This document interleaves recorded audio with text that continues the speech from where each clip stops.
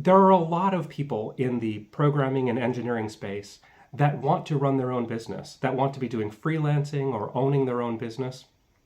But going from being an engineer or a developer to an entrepreneur is a big step. It's a journey that is difficult to make, and mindset is completely different, and there are a lot of challenges with that. That's the topic set that I'm interested in talking about. And specifically, I've divided that into 3 categories that are topic clusters that I'm doing videos about. The first one of those is actually getting into an entrepreneurial mindset.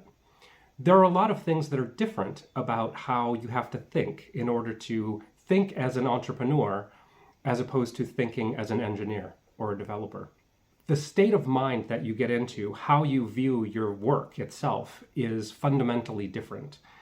And that's a shift that is sometimes difficult to make. It's a little bit unexpected when engineers get into that kind of a situation, because engineers think they've got the technical solution to something, so therefore they've got the solution. But in many cases, the solution is much more than just a technical solution. So the mindset has to be different in terms of thinking in entrepreneurial ways that lead to good business results, not just good engineering results. The second topic cluster is getting specific about what some of those things are, not just the mindset, but the actual practicality of how you work that out. For example, when you're an engineer, you're working for someone else, you're being told what to do. You're given assignments. Here, do this code, create this device, whatever it is. Your boss is just handing you specifications of what needs to be made. As an entrepreneur, you need to get out and find your customers and find what it is that they need, what scratches their itch, what is going to make them move forward with something. Sometimes they'll come to you with requests, but usually it's more of a back and forth. You have to get out there and sell whatever you're selling, and that means you need to have an understanding of the market from a 10,000 foot view or a 30,000 foot view, so you can get out there and be selling what people are going to want to buy. That's a very different way of thinking, and it's very different day-to-day tasks that you do if you're filling that sort of a role as opposed to if you're just heads down engineering something. The third topic cluster is about motivation. Because it is such a difficult journey to go from being an engineer to being an entrepreneur, you need a lot of motivation to keep going. It's not an easy journey. There's going to be a lot of negativity and setbacks.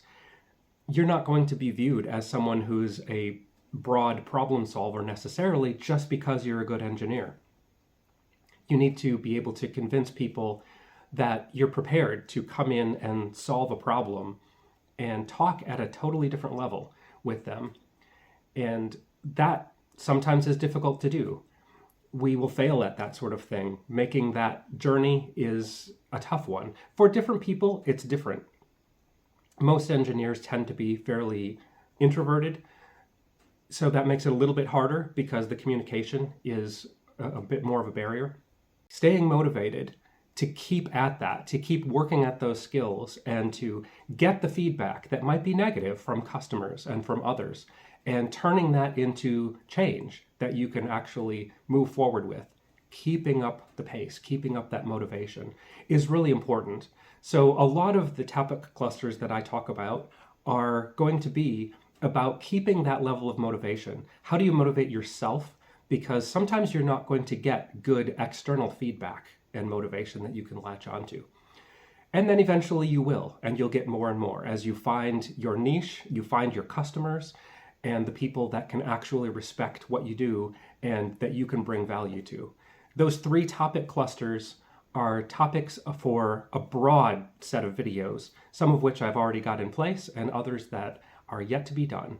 And I am excited to see what that journey looks like and to go forward with some of those ideas and help you to be able to go from being that engineer that you are now to the entrepreneur that you aspire to be.